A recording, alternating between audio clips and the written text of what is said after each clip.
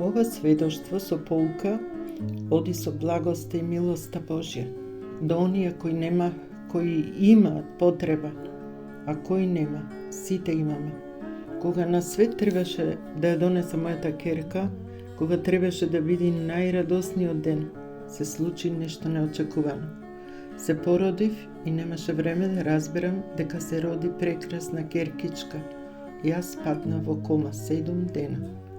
За месец дена следува уште 3 оперативни запати, бидејќи добив сепса, а докторите се бореа за мојот живот.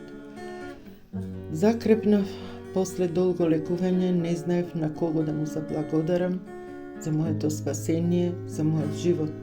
Се породив на Спасов ден и со земното размислување, јас денот го славев како втор роден ден и на тој ден одев во црква и оддевав почит кон светецот.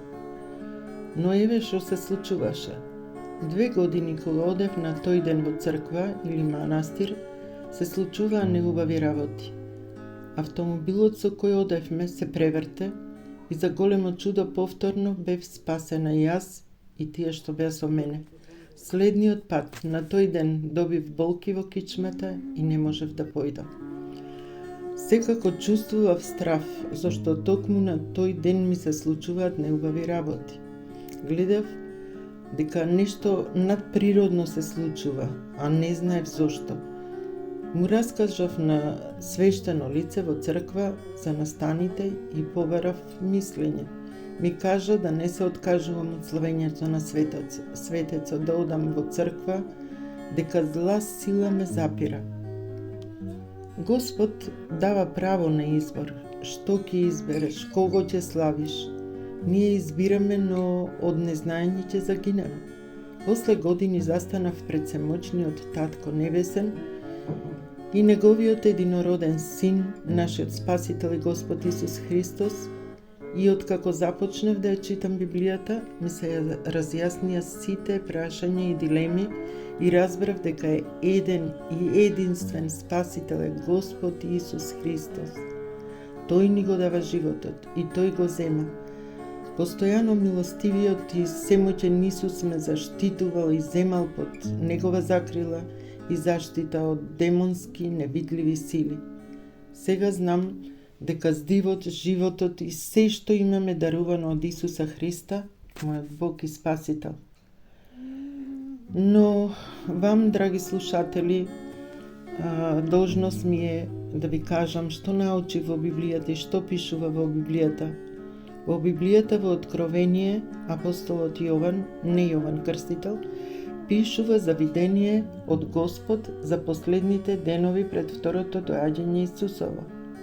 Од 22 глава 8 стих кажува дека кога се случило ова видение, апостолот Јован паднал да се поклони пред ангелот. Но ангелот го запрел и му рекол да не се поклонува пред него, затоа што тој е само слуга. И му вели да се поклонува само на Господ. Зошто е тоа така? Затоа што само Господ е достоен да се поклонува и слави. Во Библијата се вели: не прави за себе идол, ниту никаква слика на она што е горе на небото, што е долу на земјата и што е во водата под земјата. Немој да им се поклонуваш, ниту да им служиш, бидејќи јас сум Господ, Бог твој. Кога ангелот не дозволил нему да му се поклони, апостол Јован, тогаш зошто ние се поклонуваме и бакнуваме слики на слугите на Господ?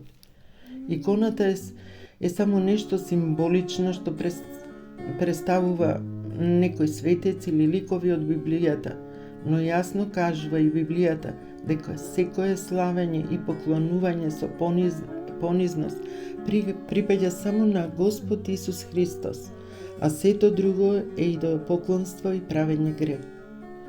Зарем не ни е важно дека сме во грев пред всемочниот Бог, нашиот Татко Небесен, правејќи го тоа? Стравопочитта треба да биде кон Господ. Само тој заслужува цела слава и почит.